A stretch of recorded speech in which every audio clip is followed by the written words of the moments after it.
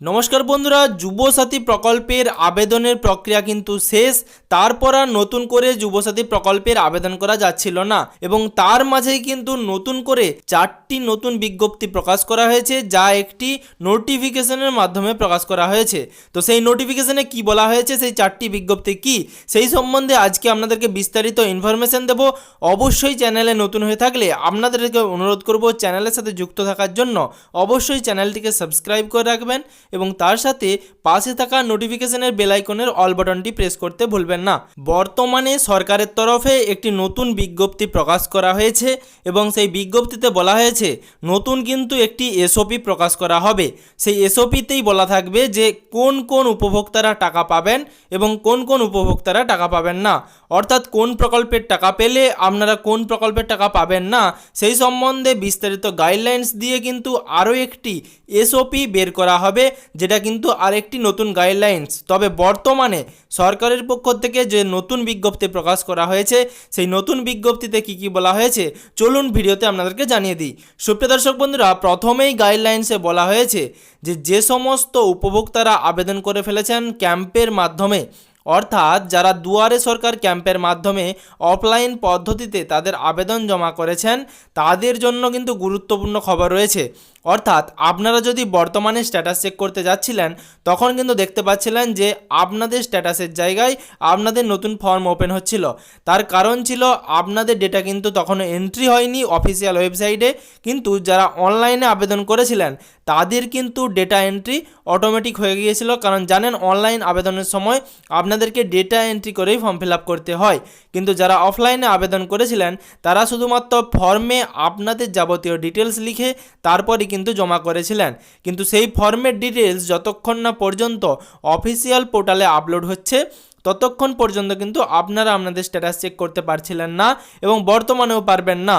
কারণ এখনও পর্যন্ত অফলাইনে যারা জমা করেছিলেন তাদের ফর্মটি কিন্তু জমা পড়েনি। এবার সরকারি গাইডলাইন্সের একটি বিজ্ঞপ্তিতে বলা হয়েছে মার্চের 10 তারিখের মধ্যেই কিন্তু সমস্ত আবেদনপত্রের ডিটেলস, অর্থাৎ যত আবেদনপত্র অফলাইন পদ্ধতির মাধ্যমে জমা পড়েছে, সেই সমস্ত অফলাইন আবেদনপত্রের ডিটেলস সরকারি অফিসিয়াল ওয়েবসাইটে কিন্তু আপলোড করতে হবে। এবং তার সাথে দ্বিতীয় বিজ্ঞপ্তি জারি করে বলা হয়েছে যে তার জন্য কিন্তু যতজন ডেটা এন্ট্রি অপারেটর প্রয়োজন, অর্থাৎ ডিইও প্রয়োজন, তার জন্য কিন্তু নিয়োগ করতে হবে এবং সেই ডেটা এন্ট্রি অপারেটরের কিন্তু টাকা বা বেতন সেটা কিন্তু সরাসরি ডিএম বা জেলা প্রশাসক দেখবেন।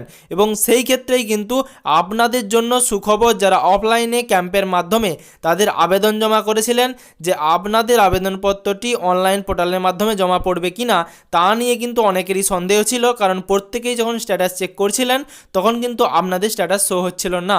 সেক্ষেত্রে কিন্তু নতুন বিজ্ঞপ্তি জারি করে বলা হয়েছে যে 10 তারিখের মধ্যেই কিন্তু সমস্ত আবেদনপত্রের ডিটেলস জমা করতে হবে অনলাইন পোর্টালে এবং তার জন্য কিন্তু নতুন সহজ পদ্ধতি সেটাও কিন্তু নেওয়া হয়েছে।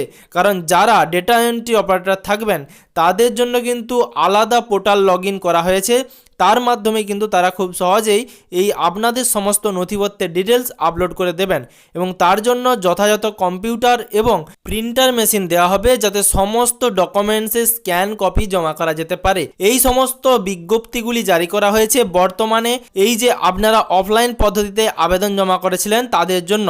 এবং তার সাথে 3 নম্বর বিজ্ঞপ্তিতে কি বলা হয়েছে, 3 নম্বর বিজ্ঞপ্তিতে বলা হয়েছে যে এপ্রিল মাসের প্রথম দিন থেকে কিন্তু টাকা ছাড়া শুরু হবে, অর্থাৎ 1 এপ্রিল থেকে কিন্তু আপনারা যুবসাথী প্রকল্পের প্রথম কিস্তির টাকা পেতে শুরু করবেন। এবং 4 নম্বর বিজ্ঞপ্তিতে বলা হয়েছে যে নতুন করে একটি এসওপি গাইডলাইন প্রকাশ করা হবে, তার মাধ্যমে বলা হবে যে কোন প্রকল্পে টাকা পেলে আপনি টাকা পাবেন না এবং কোন প্রকল্পের টাকা পেলে আপনি টাকা পাবেন, সেই সম্বন্ধে কিন্তু এটি বিস্তারিত গাইডলাইন এসওপি প্রকাশ করা হবে সরকারের তরফে, এমনটাই কিন্তু জানানো হয়েছে। এবং তার সাথে যুবসাথী প্রকল্পে যারা অনলাইন পোর্টালের মাধ্যমে আবেদন করেছিলেন, অর্থাৎ অনলাইন পদ্ধতির মাধ্যমে আবেদন করেছিলেন, তাদের যদি আবেদনে ভুল হয়ে থাকে তাহলে তারা কিভাবে আবেদনপত্রটি সংশোধন করবেন সেই সম্বন্ধে কিন্তু এখনো পর্যন্ত কোনো রকম গাইডলাইন দেওয়া হয়নি।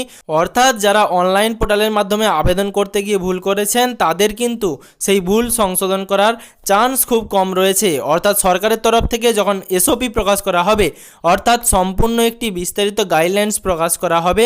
সেই নোটিফিকেশনে বিস্তারিত যা বলা থাকবে আমি অবশ্যই ভিডিওর মাধ্যমে আপনাদেরকে জানিয়ে দেওয়ার চেষ্টা করব। বর্তমানে যুবসাথী প্রকল্প নিয়ে এইটুকুই আপডেট ছিল। ভবিষ্যতে যখন এসওপি প্রকাশ করা হবে আমি সরাসরি বিস্তারিত ভিডিওর মাধ্যমে জানিয়ে দেব। আশা করছি এই ভিডিওর মাধ্যমে আপনাদেরকে সম্পূর্ণ রকম তথ্য দিতে পেরেছি।